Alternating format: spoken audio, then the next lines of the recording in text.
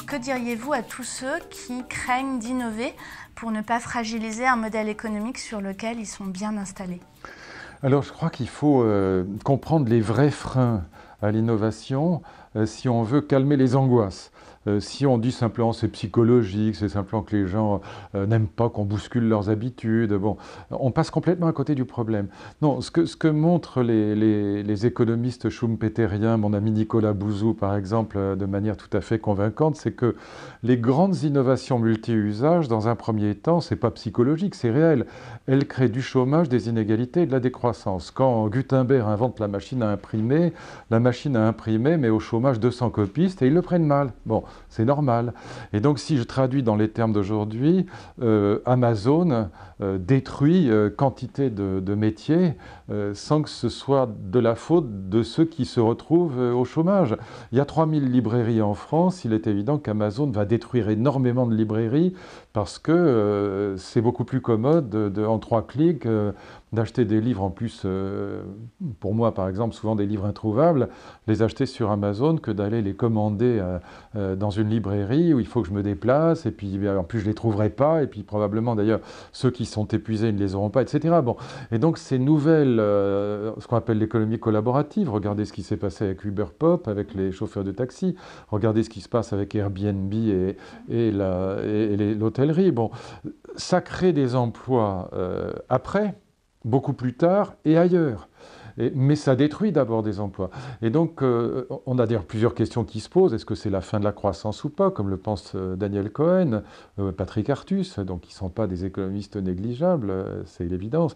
Ou est-ce qu'au contraire, ces nouvelles technologies vont rester dans un cycle schumpeterien, certes de destruction d'emplois existants, mais de recréation de nouveaux emplois plus nombreux et plus intéressants que les anciens. On y reviendra tout à l'heure, mais alors si j'étais un chef d'entreprise, oui. Et si j'étais précisément libraire ou chauffeur de taxi ou petit hôtelier indépendant, qu'est-ce que je dois faire? Innover, c'est la seule solution.